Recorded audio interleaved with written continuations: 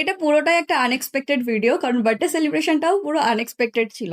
সেদিন ছিল আমার বোনের বার্থডে, বাট সেলিব্রেট করার মানে কোনো প্ল্যানই ছিল না যে সেলিব্রেট। লাস্ট মোমেন্টে জাস্ট ৫ মিনিটের মধ্যেই ডেকোরেশনটা ডান করা হয়েছে। অ্যান্ড বাড়িতে যেসব ডেকোরেশনের জিনিসপত্র থাকে সেগুলো দিয়েই ডেকোরেট করা হয়েছে জাস্ট লাস্ট ৫ মিনিটে প্ল্যান করে। ওর বার্থডে কেকটা এমনি আগে থেকে অর্ডার দেওয়া ছিল, কারণ ইউজুয়ালি ওর বার্থডেটা সবসময় পুজোর মধ্যেই পড়ে যায়, তো বার্থডে সেভাবে সেলিব্রেট করা হয় না। জাস্ট ওই কেক কাটা হয় আর মা ওর ফেভারিট একটা কোনো খাবার-ফাবার বানিয়ে দেয়।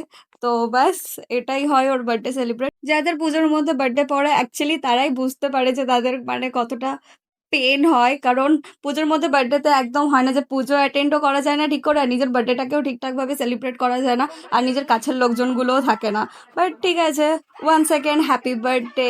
হ্যাপিনেস তো এটাই লাগে না, যার বার্থডে সে অনেক বেশি হ্যাপি ছিল, আর আমরা সবাই অনেক বেশি এনজয় করেছিলাম। আর ওর 16 হওয়ার উপলক্ষে ওকে এখানে একটা সান্ত্বনা পুরস্কার দেওয়া হয়েছিল খুশির চোটে। আর মা ওর বার্থডে স্পেশাল বিরিয়ানি বানিয়েছিল, আর রায়তাটাও ও নিজে বানিয়েছিল, সত্যি খুব টেস্টি হয়েছিল।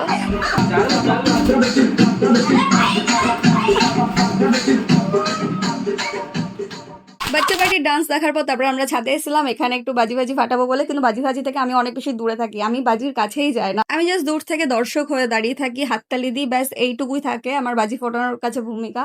তো আজকের জন্য এইটুকু, কেমন লাগলো জানিও, বাই।